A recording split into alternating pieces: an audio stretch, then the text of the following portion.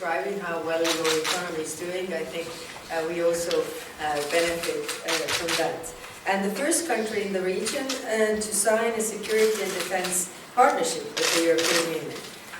This partnership boosts joint work on Ukraine, hybrid threats, and counter-terrorism. And it shows that gradual integration is working in practice. But we both want more. That is very clear. North Macedonia belongs to the European Union. You have a strong track record of aligning with European common security and foreign policy. And this is very important to us, especially in these very turbulent times that we see major geopolitical shifts happening in the world. You know better than anybody that the road to membership is not easy. So my message today is to stay on the course and to take next steps necessary towards the opening of the negotiations. It will also mean that the European Union will give North Macedonia even more support, be it in strengthening the rule of law, fighting corruption, or modernizing North Macedonia's public administration. We know from experience that the progress can be fast if there is political will.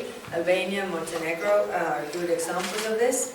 And North Macedonia faces era-defining choices for its citizens and its future.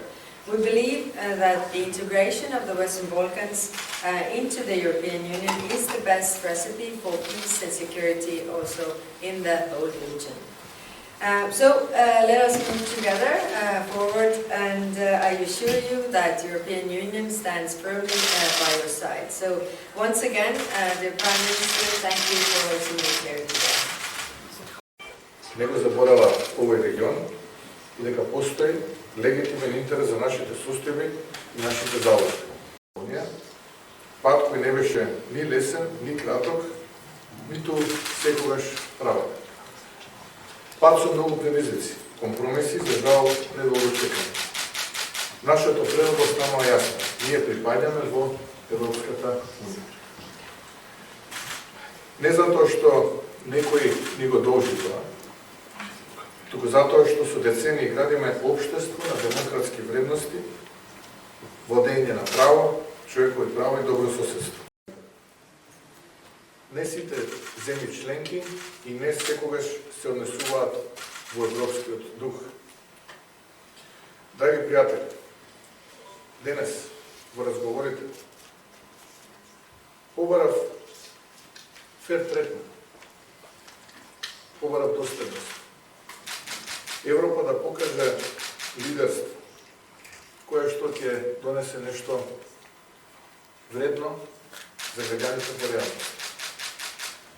Да се врати до вербата во европската идеја, особено кај младите. Тоа го зборувам не само како политичар, туку и како човек, професор, кој што работи со младите луѓе. Да покажеме дека Европската унија не е затворена, туку за нас е жива визија. Главниот виновник, тоа е јасно, тогашниот премиер, министерот за евроинтеграција, министерот на надворешни работи. Тие се тие кои што денеска ја доведува состојбата ваква како што е. Инаку да, апсолутно подготвени сме да разговараме на ниво на билатерални разговори, на ниво на партнерски односи во рамките на НАТО алијансата.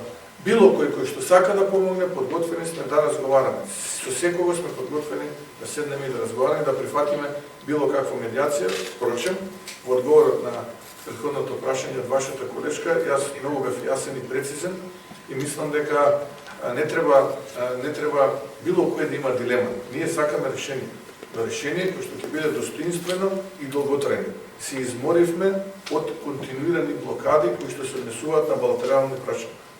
Дајте решение кој што ќе биде единствено, континуирано и оставете ние да се завршиме дома домашната задача, па да видиме кој ќе биде фронтранер, кој нема да биде, нека судат потоа сите оние.